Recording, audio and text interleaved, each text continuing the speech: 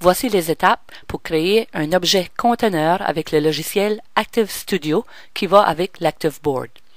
Bon, un objet conteneur va accepter la bonne réponse dans une zone spécifique, c'est-à-dire dans mon cas dans le rectangle, et va rejeter automatiquement la mauvaise réponse, comme vous voyez.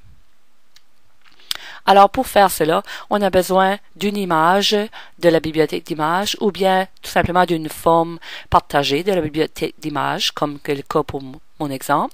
Je l'ai tout simplement coloré orange. Maintenant, on doit cliquer sur l'objet qui va devenir le conteneur 2 fois et aller dans ses propriétés. Et puis là, on choisit conteneur.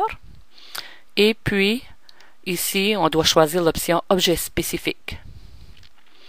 Puis moi, je l'avais déjà choisi, mais normalement, il faut aller parcourir ici. Alors, je vais cliquer pour vous montrer. Alors, dans mon cas, on devait parcourir ici pour avoir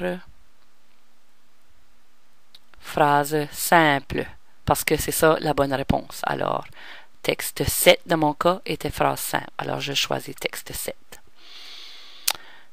Et puis, ici, c'est tout simplement délimiter l'objet. Et on fait OK. Bon, maintenant, phrase complexe, je veux qu'il soit rejeté lorsque je le mets dans mon rectangle. Alors, je clique 2 fois pour aller dans ses propriétés.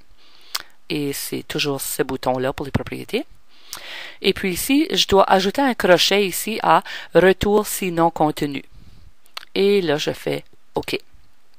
Et maintenant, lorsque j'essaie de mettre phrase simple, il va l'accepter parce que c'est la bonne réponse.